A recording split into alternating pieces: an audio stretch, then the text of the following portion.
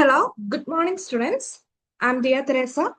അപ്പോൾ നമ്മൾ ഇന്ന് സ്റ്റാർട്ട് ചെയ്യുന്നത് ഓഡിറ്റിന്റെ ഫസ്റ്റ് ചാപ്റ്ററിന്റെ കണ്ടിന്യൂവേഷൻ ആണ്.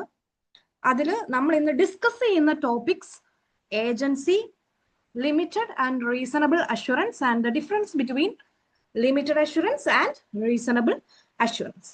അപ്പം നമ്മൾ ഫസ്റ്റ് എടുക്കാൻ പോകുന്നത് ഏജൻസിയാണ്. Agency is where an agent acts on behalf of a principal to perform task for them. Agency principal relationship എന്ന് പറഞ്ഞാൽ എന്താ? പ്രിൻസിപ്പലിന് വേണ്ടി കാര്യങ്ങൾ ചെയ്തു കൊടുക്കുന്ന ഒരു വ്യക്തിയെയാണ് നമ്മൾ എന്ത് പറയുക? ഏജന്റ് എന്ന് പറയുക. അപ്പം ഒരാൾക്ക് വേണ്ടി കാര്യങ്ങൾ ചെയ്തു കൊടുക്കുന്ന ആളെയാണ് നമ്മൾ ഏജന്റ് എന്ന് പറയുക.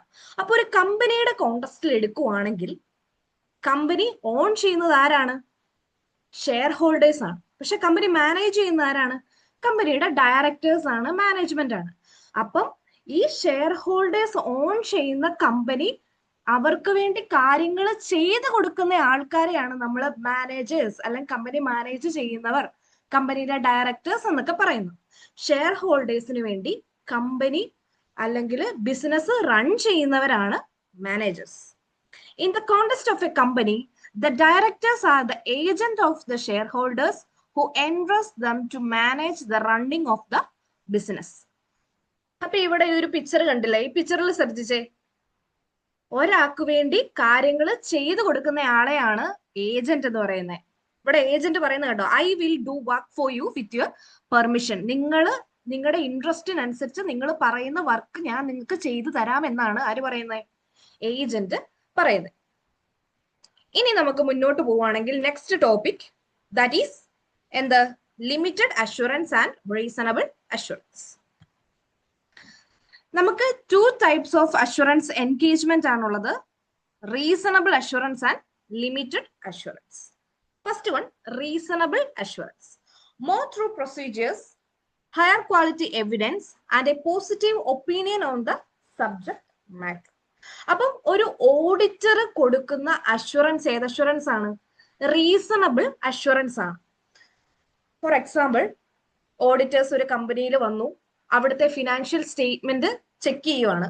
അപ്പൊ അവിടുത്തെ ഫിനാൻഷ്യൽ സ്റ്റേറ്റ്മെന്റ്സിലുള്ള എല്ലാ ട്രാൻസാക്ഷൻസും നോക്കാൻ അവർക്ക് പറ്റുമോ? ഒരു കമ്പനിയുടെ A to Z എല്ലാ ട്രാൻസാക്ഷൻസും ചെക്ക് ചെയ്ത് ഒരു ഒപ്പീനിയൻ പറയുക എന്നത് പോസിബിൾ ആണോ? അല്ല. അതുകൊണ്ട് തന്നെ ഓഡിറ്റേഴ്സ് സാമ്പിൾസ് യൂസ് ചെയ്ത് അതിന്റെ ബേസിസിലാണ് ഒരു ഒപ്പീനിയൻ പറയുന്നത്. അപ്പം അങ്ങനെ സാമ്പിൾസ് ബേസ് ചെയ്ത് നമ്മൾ കൊടുക്കുന്ന അഷുറൻസിന് പറയുന്നതാണ് റീസണബിൾ അഷുറൻസ് എന്ന്. ലിമിറ്റഡ് അഷുറൻസ് എന്താ? ലിമിറ്റഡ് അഷുറൻസിന് അത്രയും ഡീറ്റെയിൽഡ് ആയിട്ടുള്ള പ്രൊസീജിയറും കാര്യങ്ങളും ഒന്നും ചെയ്യണ്ട. ലോവർ ലെവൽ ഓഫ് എവിഡൻസ്, പിന്നെ ഒപ്പീനിയൻ പറയുന്നത് നമ്മൾ നെഗറ്റീവ് ഒപ്പീനിയൻ ആണ്. അപ്പൊ എന്താണ് നെഗറ്റീവ് ഒപ്പീനിയൻ, എന്താണ് പോസിറ്റീവ് ഒപ്പീനിയൻ എന്നൊക്കെ നമുക്ക് നോക്കാം. അപ്പൊ ഇനി പറയാൻ പോകുന്നത് റീസണബിൾ അഷുറൻസിന്റെയും ലിമിറ്റഡ് അഷുറൻസിന്റെയും ഡിഫറൻസ് ആണ്. ഫസ്റ്റ് നമുക്ക് റീസണബിൾ അഷുറൻസിന്റെ നോക്കാം. Sufficient appropriate audit evidence gathered and detailed work is performed. Sufficient appropriate, ഇവിടെ സഫിഷ്യന്റ് എന്ന് ഉദ്ദേശിക്കുന്നത് നമുക്ക് ക്വാണ്ടിറ്റി ആണ്. അപ്രോപ്രിയേറ്റ് എന്ന് ഉദ്ദേശിക്കുന്നത് ക്വാളിറ്റി ആണ്. അപ്പം കറക്റ്റ് ക്വാളിറ്റിയിലും ക്വാണ്ടിറ്റിയിലും ഉള്ള എവിഡൻസ് ഓഡിറ്റേഴ്സ് ഗ്യാദർ ചെയ്യണം. ഡീറ്റെയിൽഡ് ആയിട്ടുള്ള ഒരു വർക്ക് പെർഫോം ചെയ്യണം.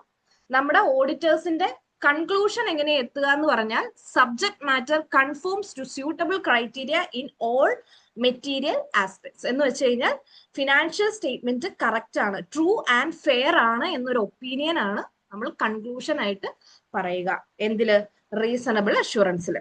അതൊരു പോസിറ്റീവ് ഒപ്പീനിയൻ ആയിട്ടായിരിക്കും നമ്മൾ പറയുന്നത്. Gives a positive opinion either the subject matter conforms or does not conform or partly conform. ഒന്നെങ്കിൽ നമ്മൾ പറയും financial statement true and fair ആണെന്ന്, അല്ലെങ്കിൽ നമ്മൾ പറയും ഫിനാൻഷ്യൽ സ്റ്റേറ്റ്മെന്റ് മിസ്റ്റേറ്റഡ് ആണ്, അല്ലെങ്കിൽ മിസ്റ്റേറ്റ്മെന്റ്സ് ഉണ്ടെന്ന്. അപ്പം ഒരു പോസിറ്റീവ് ഒപ്പീനിയൻ ആയിരിക്കും നമ്മൾ പറയുക. ഒന്നെങ്കിൽ ശരിയാണെന്ന് പറയും, അല്ലെങ്കിൽ തെറ്റാണ് എന്ന് പറയും. ഇത് കുറച്ചുകൂടി റിലയബിൾ ആണ്. റീസണബിൾ അഷുറൻസ് വഴി നമ്മൾ കുറച്ചുകൂടെ റിലയബിൾ ആയിട്ടുള്ള ഒരു ഒപ്പീനിയൻ ആണ് കൊടുക്കുന്നത്. Perform procedures such as test of control and substantive procedure. അപ്പം test of control, internal controls test ചെയ്യുകയും കൂടെ substantive procedure which means the detailed work the auditor is doing. ഒരു ഓഡിറ്റർ ചെയ്യുന്ന ഡീറ്റെയിൽഡ് വർക്കിനെയാണ് സബ്സ്റ്റാൻറ്റീവ് പ്രൊസീജിയേഴ്സ് എന്ന് പറയും. അതിന്റെ example ആണ് എക്സ്റ്റേണൽ ഓഡിറ്റ്. ഇനി അടുത്തത് നമുക്ക് ലിമിറ്റഡ് അഷ്വറൻസിലേക്ക് പോകാം. ലിമിറ്റഡ് അഷ്വറൻസിൽ സഫീഷ്യന്റ് എവിഡൻസ് വേണം, എന്നാലും നമ്മൾ റീസണബിൾ അഷ്വറൻസിൽ എടുക്കുന്ന കറക്റ്റ് ക്വാളിറ്റി എവിഡൻസ് അത്രയും ഡീറ്റെയിൽഡ് ആയിട്ടുള്ള വർക്കൊന്നും പെർഫോം ചെയ്യണമെന്നില്ല. കൺക്ലൂഷൻ നമ്മൾ പറയുന്നത് nothing has come to our attention that causes us to believe that the financial statement is not correct.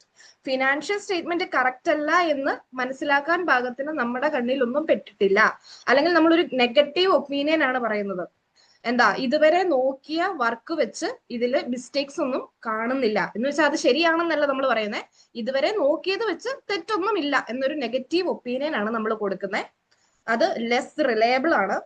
ഇവിടെ perform procedures such as enquiries and analytical review. മാനേജ്മെന്റിന്റെ അടുത്ത് enquiry ചെയ്തും അനലിറ്റിക്കൽ റിവ്യൂ എന്ന് പറയുന്നത് എന്താ, രണ്ട് കാര്യങ്ങൾ തമ്മിൽ കമ്പയർ ചെയ്ത് നോക്കിക്കൊണ്ട് അതിൽ കൺസിസ്റ്റൻസി ഉണ്ടോ അല്ലെങ്കിൽ അതിന്റെ എന്തെങ്കിലും വേരിയേഷൻ ഉണ്ടോ എന്നൊക്കെ ഒരു റിവ്യൂ നടത്തുന്നതിനാണ് അനലിറ്റിക്കൽ റിവ്യൂ. അതിന് യൂസ് ചെയ്യുന്നത് ട്രെൻഡ് അനാലിസിസ്, വേരിയൻസ് അനാലിസിസ്, പിന്നെ റേഷ്യോ, അതൊക്കെയാണ് നമ്മൾ അനലിറ്റിക്കൽ റിവ്യൂവിന് യൂസ് ചെയ്യുന്ന ടൂൾസ്.